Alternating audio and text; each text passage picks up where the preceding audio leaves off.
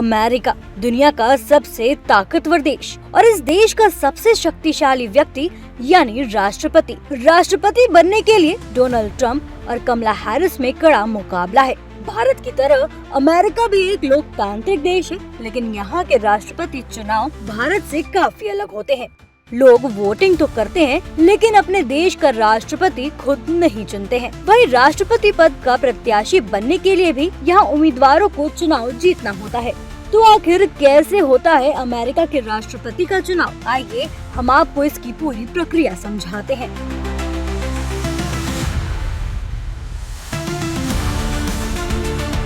America के राष्ट्रपति पद के लिए चुनाव हर 4 साल में होता है। नवंबर के पहले मंगलवार को चुनाव होता है, यानी इस बार अमेरिका में राष्ट्रपति चुनाव 5 नवंबर 2024 को होगा। चुनाव की प्रक्रिया 1 साल पहले ही शुरू हो जाती है। अमेरिका में 2 मुख्य राजनीतिक दल डेमोक्रेट्स और रिपब्लिकन हैं, जिसके उम्मीदवार ही चुनाव अभियान की शुरुआत करते हैं।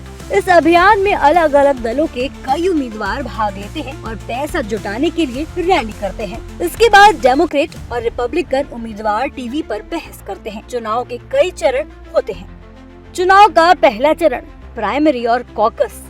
चुनावी साल में जनवरी से जून के बीच ये प्रक्रिया होती है। पहले चरण में राजनीतिक दलों के राष्ट्रपति पद के उम्मीदवार का चुनाव किया जाता है। इस प्रक्रिया के 2 मुख्य भाग हैं, प्राइमरी और कॉकस। प्रत्येक व्यक्तिगत राज्य को प्राइमरी या कॉकस की अनुमति होती है। कुछ राज्य दोनों भी करते हैं। इस राज्य में पार्टियों के स्थानीय सदस्य चर्चा के बाद वोटिंग करते हैं और अपने प्रतिनिधि चुनते हैं।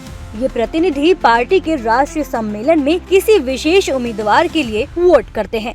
दूसरा चरण नेशनल कन्वेंशन।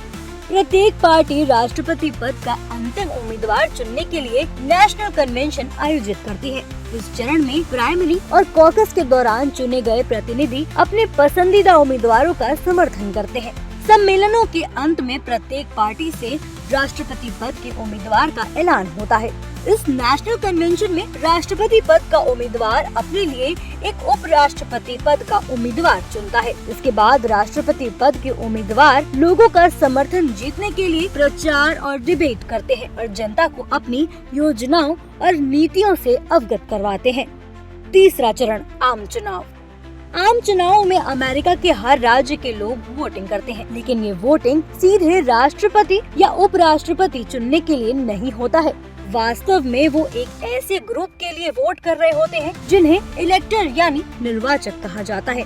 राष्ट्रपति पद के लिए चुनाव लड़ रहे दोनों उम्मीदवार के पास इलेक्टर का अपना ग्रुप होता है, जिसे स्लेट के रूप में माना जाता है। जब लोग राष्ट्रपति पद के उम्मीदवार के लिए वोट करते हैं, तो वो वास्तव में अपने उम्मीदवार के पसंदीदा इलेक्टर को चुन रहे होते हैं। प्रत्येक राज्य को जनसंख्या के आकार के आधार पर निर्वाचकों की संख्या दी जाती है। प्रत्येक राज्य की नीति के अनुसार कुल 538 निर्वाचक यानी इलेक्टर चुने जाते हैं।